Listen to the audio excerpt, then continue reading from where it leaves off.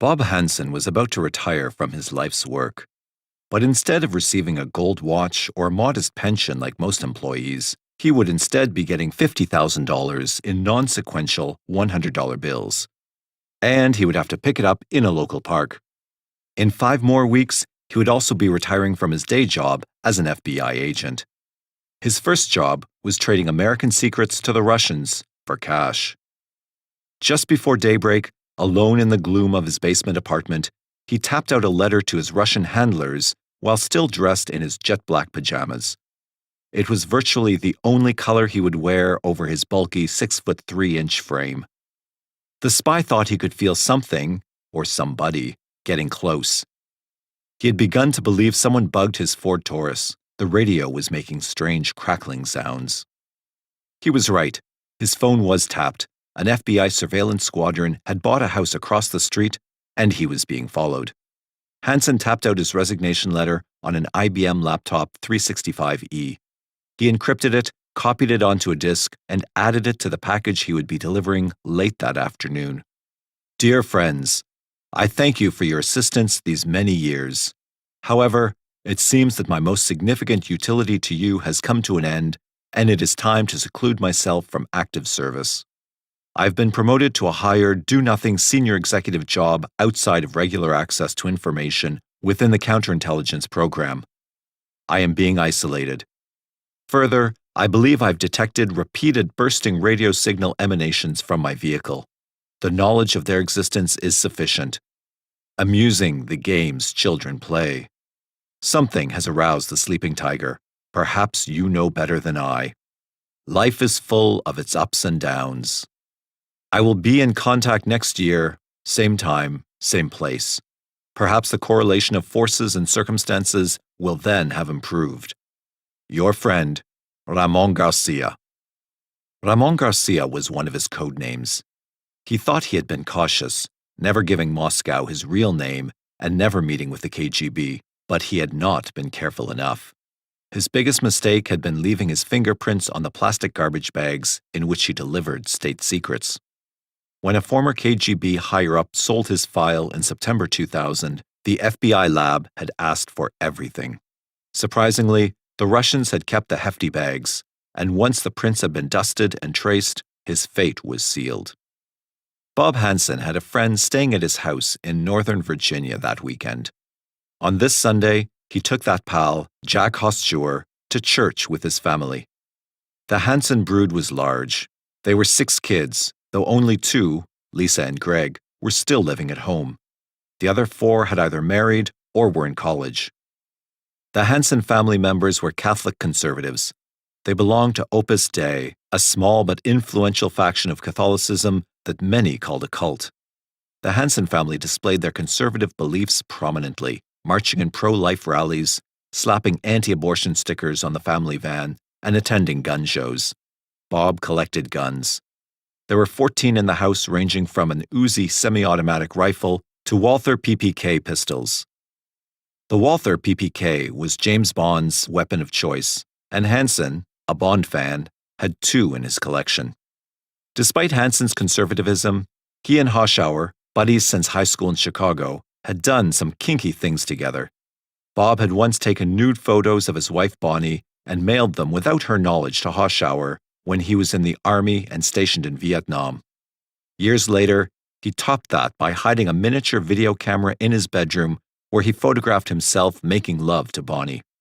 Hosteur and Bob later watched the homemade sex film together in the family den.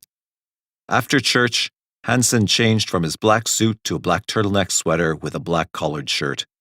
A pair broke the monotony of dark gray slacks. He drove Hosteur to nearby Dulles Airport, but surprised his friend by not coming in with him to wait for the plane. There were some errands to run, he said, and drove off. It struck me as odd that Bob didn't come in for a Coke, Hosteur would say later. I may have been the last friendly face he saw. But Hanssen was already speeding back down the Dulles Access Road toward a strip mall near the Washington Beltway.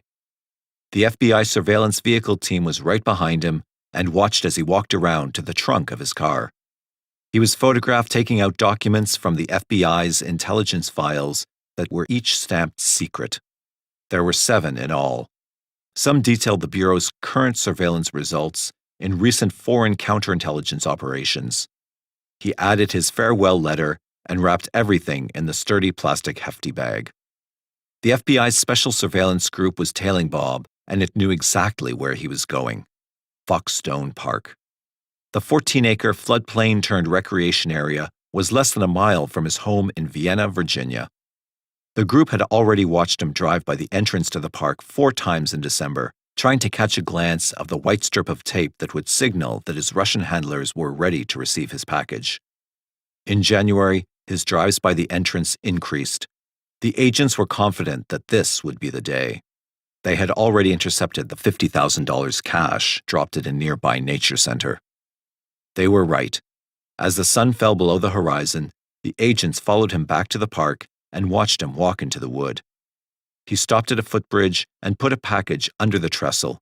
It was the last drop he would ever make. "Freeze! FBI!" yelled one of the 10 young men who surrounded him. Another agent began reading him his rights.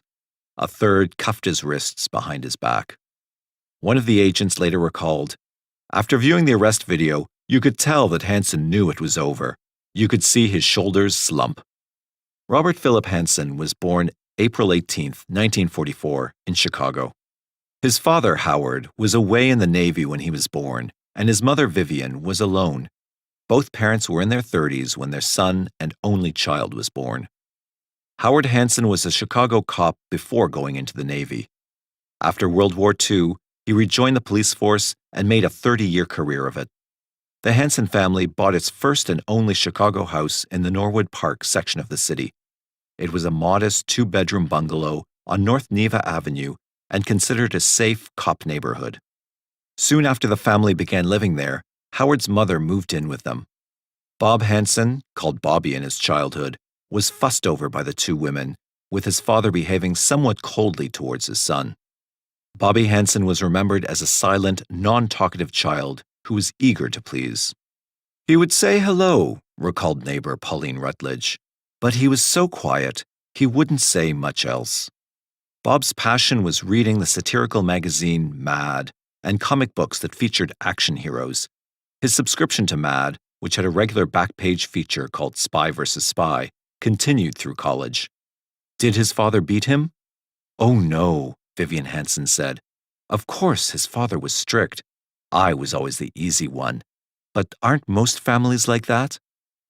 In the early 1950s, Howard Hanssen became part of the Chicago Police Department's famed Red Unit.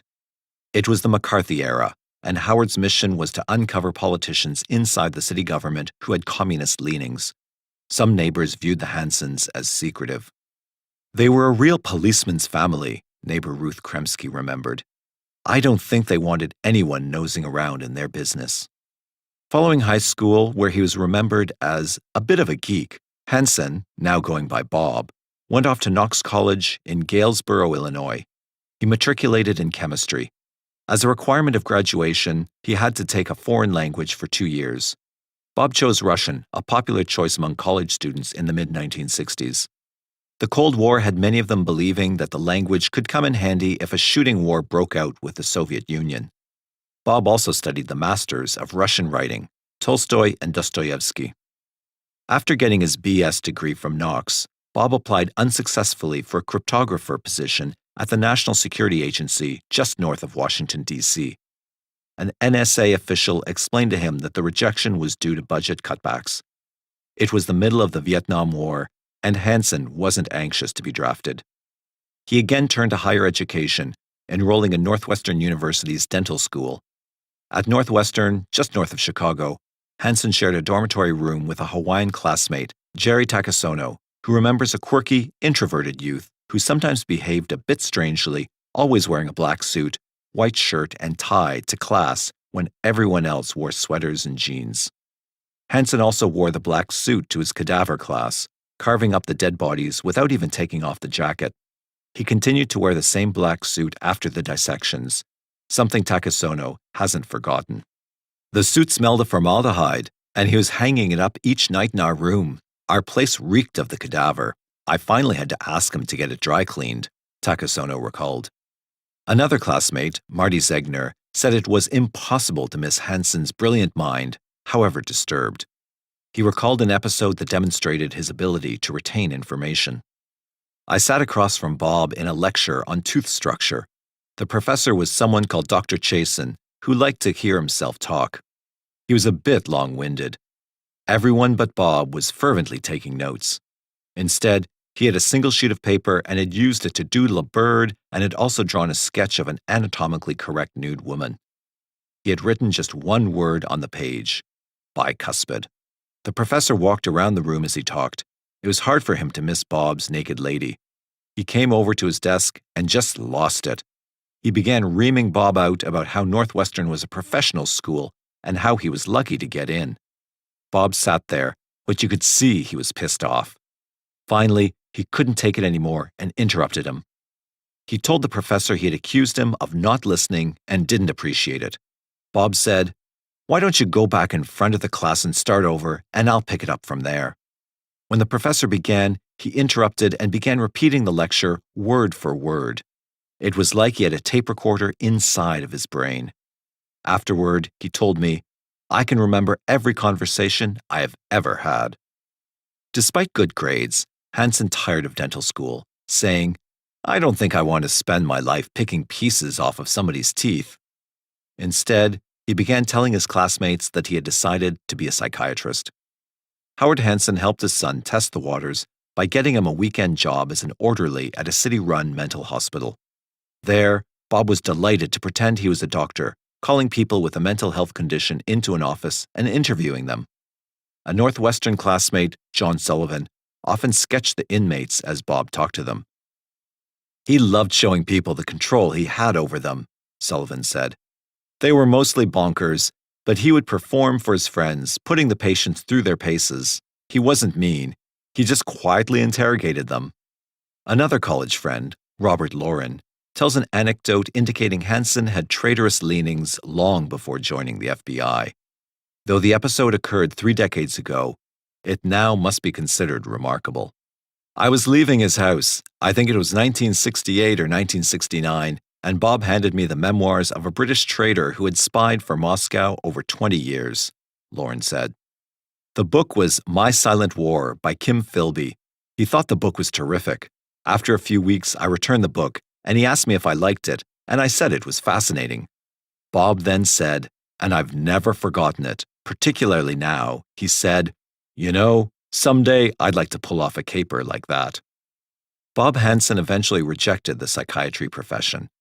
Although he had given up on 3 careers, he persevered, returning to Northwestern, where he finally got an MBA degree in accounting. Perhaps he had no choice. He was in love, and the soon-to-be spy was married with a child on the way. Bernadette Bonnie Walk was as different from Bob Hanssen as the day is from the night. She was one of 8. He was an only child. She was Catholic. He was Lutheran. His father was a cop. Her father was a university professor. She lived in upscale Park Ridge, just outside the Chicago city limits. Norwood Park, 3 train stops away, was working class. And Bonnie was also a member of Opus Dei, an organization that required going to Mass daily and confession weekly. Bob and Bonnie were married on August 10, 1968. By the time Howard Hanssen retired in 1972, Bob was ready to fill his father's shoes. He entered the Chicago Police Department as a rookie 3 months after his father retired and moved, with Hanssen's mother, to a modest subdivision house just south of Sarasota, Florida.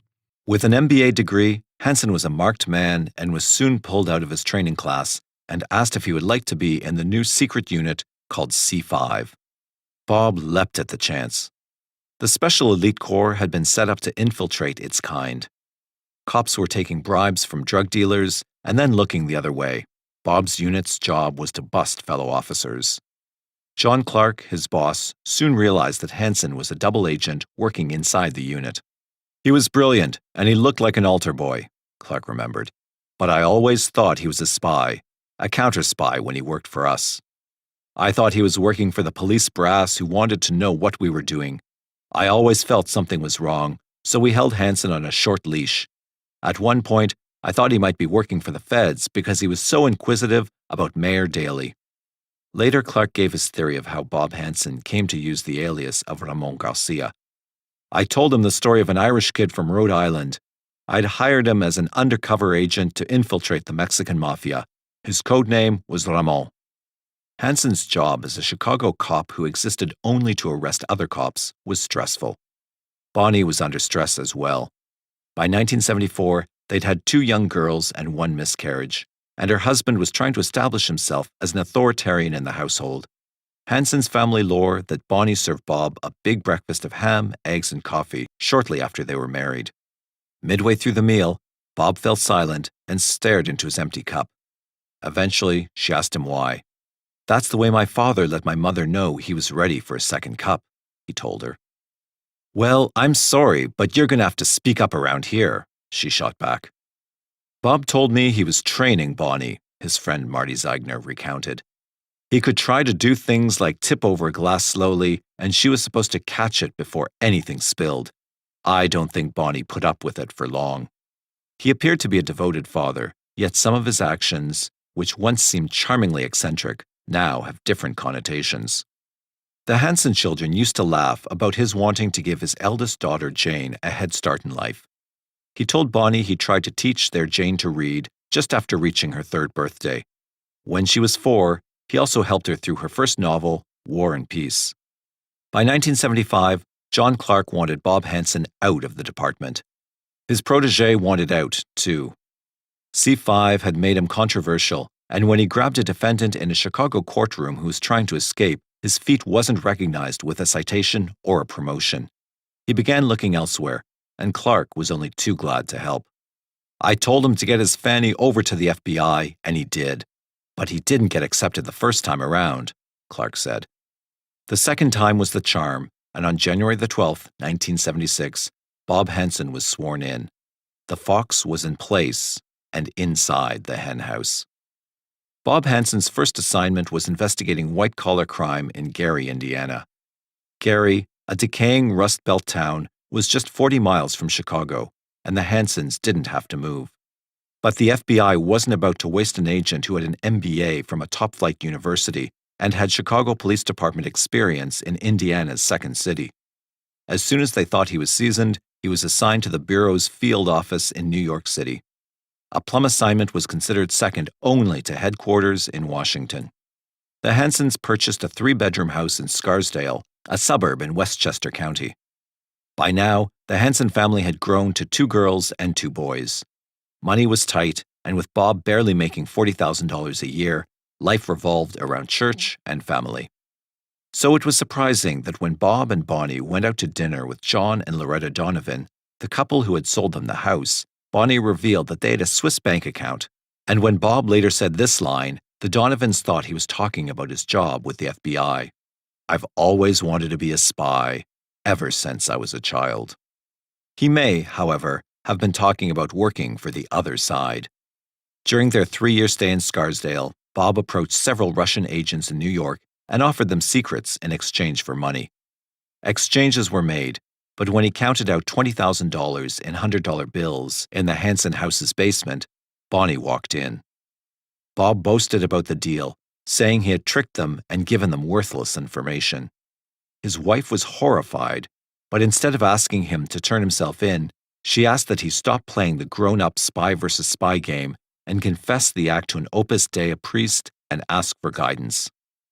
The cleric, Robert Bucchiarelli, told Bob to give his ill-gotten gains to the Mother Teresa charities. That appeared to be the end of it. Back in the FBI's New York offices, in the Jacob Javits building, Bob displayed a particular competence, even brilliance, but the kind that would take him only so far. He was different, his boss Richard Alou remembered. "I thought he was an intelligent guy, but he was an introvert. Most agents, they're introverts. But the ideal agent is a used car salesman. You've got to be able to sell yourself. Hanssen simply didn't have any interpersonal skills. He was able to see problems, see solutions, and implement them. His solutions were not always easy for his peers to follow. He would have to explain them, and he did not suffer fools gladly. You can only go so far on brains alone," Alou concluded. "You still have to have personal skills to rise in management." By the time Robert Hanssen was assigned to Washington in 1981, he had begun to realize that any dreams he had of becoming part of the FBI's hierarchy were not going to happen. Silent Bob was considered an odd duck among his fellow agents who had begun calling him the Mortician and Dr. Death behind his back because of his dour demeanor and continued penchant for black suits. The Hanssens continued pinching pennies. Summer vacations meant packing 5 kids into a car and driving to Florida to visit Bob's parents, where part of the family would have to sleep on the floor. Bonnie saved by making duvet covers out of bed sheets and limiting the children to just 2 of her homemade chocolate chip cookies with walnuts per day. In Washington, Bob was assigned to plan and justify the Bureau's multi-million-dollar budget for Congress. In 1983, he was bumped up to the Soviet Analytical Unit. His clearance was raised to a classification above top secret. After 4 years in Washington, the family was uprooted again when Bob was reassigned to New York. Not enough of the FBI's multi-million-dollar budget was going to the agents in those days. Many had to use food stamps to get by. In costly places like New York, it was incredibly challenging. The Hanssens had to move farther from New York City this time. It now could be an hour-and-a-half commute if the rush hour were heavy. Hanssen's new boss, Thomas Scheer, was concerned. He told Washington that a beginning agent in his office made less than a New York City trash collector. His men were vulnerable, he said. If the Russians made a reasonable offer, there would be agents who couldn't resist the money. When the Bureau ignored the warning, Scheer quit. But Hanssen didn't quit. Instead, he did what he had been preparing for all his life. He went over to the other side. On October 4, 1985, Bob Hanssen mailed a letter to Victor Degtiar, a KGB colonel living in Alexandria, Virginia. Inside was another envelope which said, "Do not open. Take this letter to Victor I. Cherkashin." Cherkashin headed the Soviet espionage operation in Washington. His letter read, "Dear Mr. Cherkashin, soon I will send a box of documents to Mr. Degtiar. They are from certain of the most secretive and highly compartmentalized projects of the U.S. intelligence community. All are originals to aid verifying their authenticity. Please recognize for our long-term interests that there are a limited number of persons with this array of clearances. As a collection, they point to me. I trust that an officer of your experience will handle them appropriately. I believe they are sufficient to justify a $100,000 payment to me." In his letter, Bob named 3 Soviet KGB officers, Sergei Motorin, Valery Martinov, and Boris Yuzhin, who worked as double agents for the U.S. In the next 3 years, the first 2 would be executed, and Yuzhin would receive a lengthy prison term. He also told Cherkashin that he would never reveal to them his identity or even meet with his Soviet handlers. He also added a simple code for dates that he asked them to follow. The die had been cast. Hanssen was calling the shots. He believed he was going to be the master of 2 worlds. After sending the Soviets a coded note, Bob Hanssen made good on his promise, dropping off his package of secrets in Nottoway Park, a recreational area which happened to be across the street from the Hanssens' first house in Northern Virginia. A few days later, the KGB responded by dropping off $50,000 in $100 bills at the same drop site. Bob reciprocated with a note promising more information. "Thank you for the $50,000. I also appreciate your courage and perseverance in the face of generically reported bureaucratic obstacles. I would not have contacted you if it were not reported that you were held in esteem with your organization, an organization I have studied for years. I did expect some communication plan in your response. I viewed the postal delivery as a necessary risk. I did not wish to trust this channel again with valuable material.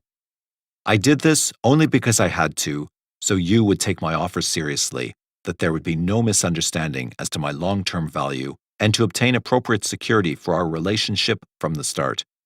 Over the next 5 years, Hanssen would deliver more than 6,000 pages of secret documents to his KGB handlers. Some of them contained nuclear deployment plans and satellite positions. Many were downloaded from FBI computers, and the disk's total of 26 was made part of the package.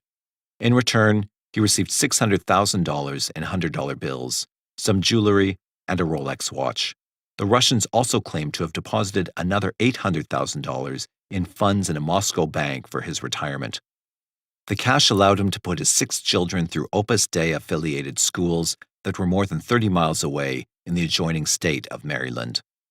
There's a greater good theory that partly explains Hanssen. Although he was betraying his country, he was using the Russians' money to put his 6 children through approved and expensive private schools. His children were good students, and he believed that they might, in the future, be part of a holy war that would remerge God and country, whose leaders would then ban abortion, divorce, and other evils of the world that he and Opus Dei opposed. A 1998 research paper from Brigham Young University studied 139 spies and concluded that half did it for the money. People usually spy for some combination of emotional gratification and remuneration, John Pike, a specialist in intelligence issues, said. But in all cases, money is how they keep score. Hanssen, always the loner, consistently unable to fit in, was Walter Mitty squared. His hero, Kim Philby, may have explained his mind best. Just before he died in 1988, Philby said, "To betray, you must first belong. I never belonged." If there was one place that Hanssen did belong, it was Opus Dei. In 1928, the group had just 84,000 members worldwide, 3,000 in the U.S. But its new $55 million 17-story building in Midtown Manhattan reflected a power far beyond its numbers. At least one member of the U.S. Supreme Court was said to be a member, and the head of the FBI, Louis Freeh, was also rumored to belong. Still, even Catholics conceded that the group was controversial. Many members practiced self-flagellation, beating themselves while praying. Others wore the Silas, a spiked bracelet worn 2 hours a day around the thighs. Though the pain was supposed to replicate the agony of Christ at his crucifixion, most had difficulty understanding why such practices were necessary in a modern world. And since the group was private, if not secret, rumors abounded. What was its goal? One of them, critics said, was to elect Opus Dei members as heads of countries and establish new governments where church and state are one. Bonnie Hanssen's brother is an Opus Dei priest in Rome, whose office is mere steps away from the Pope. One of Bob and Bonnie's daughters is an Opus Dei numerary, a woman who has taken a vow of celibacy while remaining a layperson. Bob Hanssen befriended best-selling espionage author James Bamford. After pumping him for information about interviews he had had with Soviet leaders, he would invite him to join him at Opus Dei meetings. He was a little obsessed about it. Bob would rant about the evil in organizations like Planned Parenthood and how abortion was immoral, Bamford recalled. Bamford, himself a Catholic, wrote this about his preoccupation with Opus Dei in the New York Times. Hanssen squeezed religion into most conversations and hung a silver crucifix above his desk. Occasionally, he would leave work to take part in anti-abortion rallies. He was forever trying to get me to go with him to meetings of Opus Dei. After weeks of urging, I finally agreed. At the meeting, Hanssen was in his element. He reveled in that close society of true believers, like a fraternity brother exchanging a secret handshake. His faith seemed too sincere to be a ruse. One of Bob's bosses at FBI headquarters agreed. He was a religious person who put the Soviets into a religious context. He would say that the Soviet Union is bound to fail because communists run it and communists don't have God in their life. He said to me, "Without religion, man is lost." Did Hanssen believe that giving up our most vital secrets to the Soviet Union was a moot issue because they were about to collapse? If so, he was a true seer. Mikhail Gorbachev would declare communism dead in 1991. Ramon Garcia went to ground a few months later. Hanssen betrayed not only his country, his wife, and children, but himself. Toward the end, he would spend hours in his basement cruising internet porn sites, even posting masturbatory fantasies online and using his wife and friends' real name. He later became friends with a stripper who became addicted to cocaine, but he believed he was absolved since no sex ever took place. To him, she was a Bond girl who comes to life on the arm of a real 007. The 19th century British Prime Minister William Gladstone liked to walk London's streets after dark and seek out prostitutes to reclaim for Christ. Hanssen tried to do the same with a stripper, Priscilla Sue Gailey. They met in a seedy strip club in Washington called Joanna's in early 1990. Gailey's trick was to stride on stage looking like a librarian, wearing unflattering glasses, a starched blouse, and a gray pinstriped skirt. But as soon as the spotlight shone on her, she tore that clothing off and bumped and ground for 15 minutes while the business executives stared, slack-jawed. Hanssen sent her a note with his FBI business card, a $10 bill, and a lunch request after taking in her act. He was dressed in a dark suit, not a hair out of place, not a piece of lint, not a wrinkle, Gailey recalled. I was a little bit afraid of him at first. Within days, Hanssen was giving her stacks of the KGB's $100 bills. The first $2,000 went to get her teeth fixed. Then he gave her an American Express card, which she paid. Before Christmas, he gave her a diamond and sapphire gold necklace. After that came a slightly used silver gray Mercedes, even while wife Bonnie still drove an old minivan. When you drive up in a Mercedes, they don't ask you if you've been to college, was her admirer's reasoning. I thought he was my angel, remembered Gailey. At one point, Bob asked the stripper to guess how much money he had spent on her. When she said $50,000, he immediately corrected her and told her it was more like $80,000. Still, according to Gailey, no sex of any kind ever took place, though she was more than willing. Instead, she said, he tried to get her to attend church. The closest they came to a liaison was when he took her on a 2-week trip to Hong Kong. Even then, he insisted on separate rooms and different flights. But one night in a hotel bar, Gailey coaxed him to dance with her. The music they waltzed to was As Time Goes By, the anthem for the ultimate film of espionage, Casablanca. She would ask him about where he got all that money, her mother, Linda Harris, said. He would always laugh and say, I could tell you, but then I would have to kill you. Priscilla kept trying to advance the relationship, but when she tried to reach out to him, he would push her back and tell her he was a family man. After 2 years, the relationship fell apart when a former lover talked Gailey into returning to her hometown of Columbus, Ohio. There, she became addicted to crack cocaine and began using the American Express card to buy cartons of cigarettes for herself and clothing for relatives. Hanssen took umbrage at the extra spending and personally drove from Washington to Ohio to snatch the card away. A year later, when Gailey was arrested on drug charges, Hanssen wouldn't help in any way when she phoned him. He said that Priscilla had made her bed and now she had to lay in it, her mother remembered. It was like she never existed. The years that followed were not good.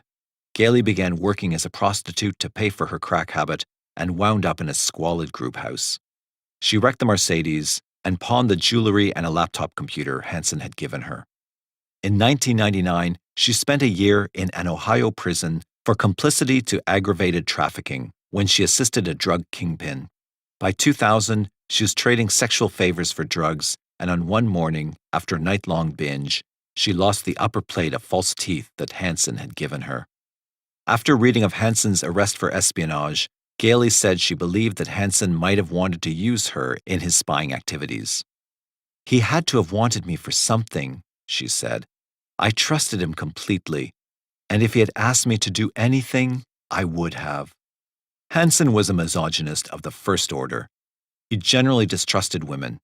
For him, they were objects to reform or mold into something that fit his view of the world. How else does one explain his altercation in 1993 with a blonde 21-year-old secretary at FBI headquarters? The administrative assistant, Kim Lichtenberg, was called into a meeting by Hanssen on February the 5th without warning. The subject was petty and revolved around someone whispering to someone else that she was about to be fired. He thought that Lichtenberg was the source of the rumors. Lichtenberg said she wasn't, and the others in the meeting backed her up. Bickering on this matter continued for nearly 30 minutes until Lichtenberg, noticing that it was almost time to catch her carpool, left the meeting abruptly and began securing her desk. While she was doing so, Hanssen came up behind her and pushed her to the floor. I'm your unit chief, and you'll do what I say. I want you back to the meeting. He began shaking her as she lay on the floor and then attempted to drag her back into his office. Lichtenberg called to a friend for help and then punched her boss in the chest until he let go. He twirled me around and I fell to the ground. He just dragged me along the ground back to his office, she said. Lichtenberg checked herself into a hospital and was treated for bruises. The next day, she went to the police, but the FBI told them it was an internal matter and the case wasn't prosecuted. In the end, Hanssen was merely suspended for 5 days without pay for the assault. Lichtenberg claims that Hanssen would try to grab a feel with the women at FBI headquarters. "I've never had anyone make me feel like he made me feel," she said. "He was creepy. He tried to belittle women and would rub up against them just to get cheap thrills. Everyone knew Dr. Death was strange, but nobody ever did anything about him. He was always hacking into someone's computer hard drive and then pointing out how easy it was to get their classified information. I feel bad that nobody figured it out. There were many reasons to look into Bob Hanssen," Lichtenberg said. When Hanssen failed to return home on February 18th, his wife Bonnie became worried and drove to Dulles Airport to look for him. There, she was surrounded by FBI agents who took her to a nearby hotel and interrogated her for 8 hours. At first, she didn't believe the charges, despite catching her husband spying for the Russians 2 decades before. She thought Moscow had blackmailed him. The next morning, there was yellow police tape around their property's perimeter in Northern Virginia, and the word spread. A spy was living next door, the most damaging spy in history, on a leafy, Sylvian cul-de-sac in a small town. The children rushed home from their universities to offer support. They, too, were incredulous. "She is devastated," said Richard McPherson, a headmaster at one of the Opus Dei affiliated schools attended by the Hanssen children. "She had known this man for 35 years. She is praying it turns out to be blackmail, because if it turns out he got himself into a bind and couldn't get out of it, then that would be some comfort." Bonnie hired famed lawyer Plato Kacharis to take the case. Kacharis had represented a who's who of notables: CIA spy Aldrich Ames, White House intern Monica Lewinsky, Iran-Contra scandal figure Fawn Hall, and Watergate defendant John Mitchell were a few. At first, Kacharis seemed to be mounting a defense. "They'll always talk like they've got a great case," he said of the government. "We'll see." But after seeing the government's case, he began working toward a deal. The feds were pressing for the death penalty and sparing Hanssen. Lethal injection would be a victory in itself. In June 2001, Kacharis and the FBI cut a deal. Hanssen would receive life imprisonment without the possibility of parole. Bonnie would receive a widow's pension, about $38,000 a year. In return, his client would tell everything he knew and agree to take polygraph tests on demand, which would verify whether he was telling the truth. In his 25 years at the FBI, Hanssen had never taken one. While he was being debriefed at a detention center that later held September 11th figures John Walter Lind and Zacharias Moussaoui, Bonnie and the children visited every week. Hanssen will spend the rest of his life at a federal prison in Lewisburg, Pennsylvania. It's a 3-hour drive from Washington, and his family has promised to be there each weekend. Bonnie Hanssen's Catholic faith does not allow her to waver. When asked the inevitable questions about the future, she always answers the same way. "I'll never divorce him. I love him, and I'll pray for the salvation of his soul every day for the rest of my life." Many agents in the FBI privately grumbled about the pension payments to Hanssen's wife, pointing out that at the very least, Bonnie Hanssen was guilty of obstructing justice. After all, they said, she did not report her husband to authorities when she first noticed he was selling secrets to the Soviets in 1979.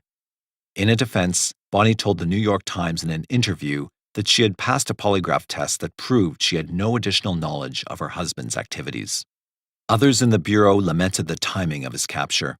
If Hanssen had been arrested after September 11, 2001, there would have been no question of a deal or pension, and he would be on death row now, one official said.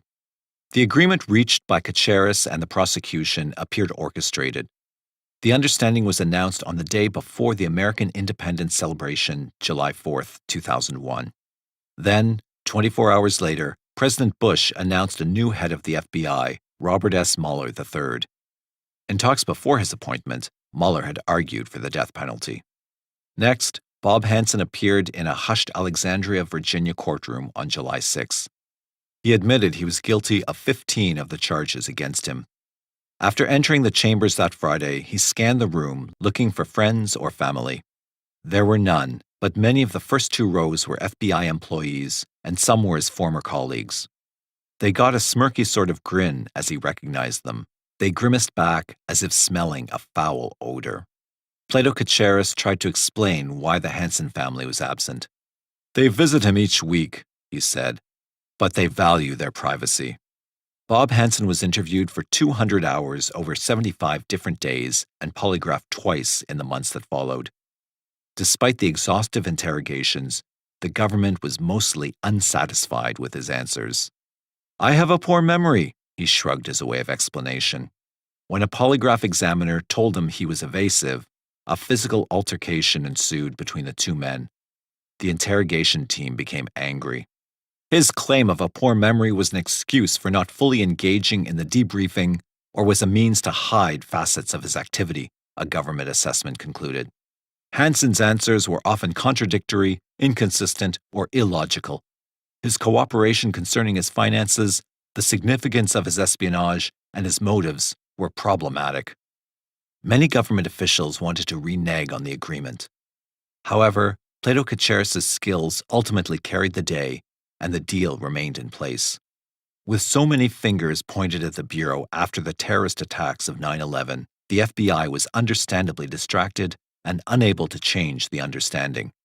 Still, many agents believed that satisfaction was just ahead.